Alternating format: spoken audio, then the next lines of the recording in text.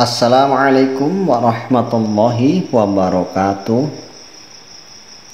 Alhamdulillah, hadirin sobatku yang dirahmati Allah Subhanahu wa ta'ala. Dalam kesempatan yang mulia ini, tentunya doa kita bersama, semoga Allah Subhanahu wa ta'ala senantiasa melimpahkan rahmat dan kasih sayang serta hidayahnya kepada kita. Hadirin sobatku yang dirahmati Allah Subhanahu wa ta'ala, marilah kita memetik di dalam suatu kisah Luqmanul Hakim agar menjadi hikmah kepada kita, menjadi iktibar kepada kita, di mana tatkala beliau sedang mengendarai sebuah keledai bersama anak beliau, putra tercinta beliau. Tatkala itu Luqmanul Hakim sedang mengendarai keledai tersebut, kemudian sang anak pun menuntun keledai tersebut. Kemudian mereka melewati segerombolan orang-orang, serentak orang-orang tersebut pun mengejek. Lihatlah kelakuan orang tua itu. Anak yang begitu kecil dibiarkan berjalan, sementara dia sendiri mengendarai onta. Maka Luqmanul Hakim pun membisikkan dan berkata kepada putra beliau, "Dengar anakku." Kemudian tak lama kemudian mereka pun bergantian. Sang anak yang naik di atas keledai tersebut, sementara sang ayah menuntun keledai tersebut. Maka setelah melintasi seorang gerombolan, maka serentak orang-orang tersebut pun berkata, "Lihatlah kelakuan anak itu. Orang tua dibiarkan berjalan sementara dia mengendarai keledai." Maka Luqmanul Hakim pun berkata kepada anaknya, "Dengar wahai anakku." Kemudian berjalan lagi. Kali ini mereka mengendarai keledai tersebut bersama-sama. Kemudian ada seorang gerombolan lagi berkata, "Lihatlah kedua orang itu. Mereka sungguh tidak punya hati. Keledai yang begitu kecil, keledai yang begitu kurus, ditunggangi oleh dua orang." Maka Luqmanul Hakim pun berkata kepada anaknya, "Dengar wahai anakku." Kemudian setelah itu mereka berjalan lagi. Kali ini tidak ada yang mengendarai onta. Onta dibiarkan berjalan sendiri, mereka pun berjalan sendiri.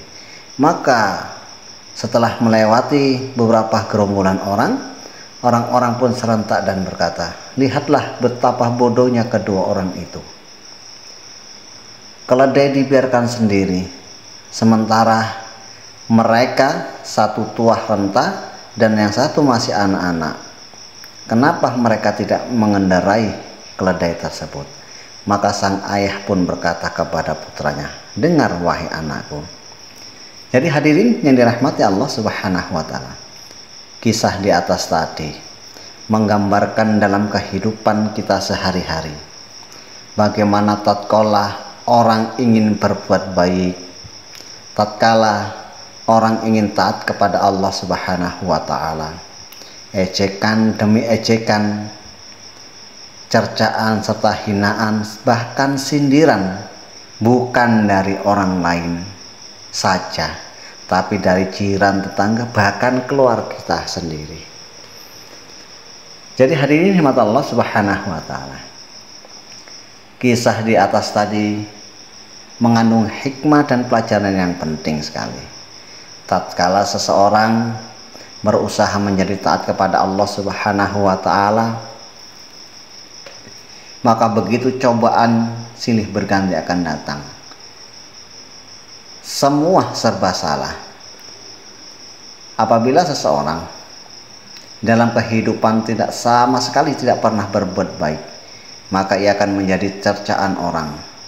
akan menjadi omongan dan gunjingan orang, bahwasanya orang tersebut tidak ada kebaikannya dalam kehidupan. Tapi tatkala setelah ia bertobat kepada Allah Subhanahu wa taala, lebih lagi cercaan tersebut akan ia dapatkan. Begitulah kehidupan di dunia ini. Intinya hadirin Allah Subhanahu wa taala, kita dituntut untuk bersabar atas semua yang kita lakukan, semua yang kita perbuat di dunia ini. Ingatlah keadaan kita.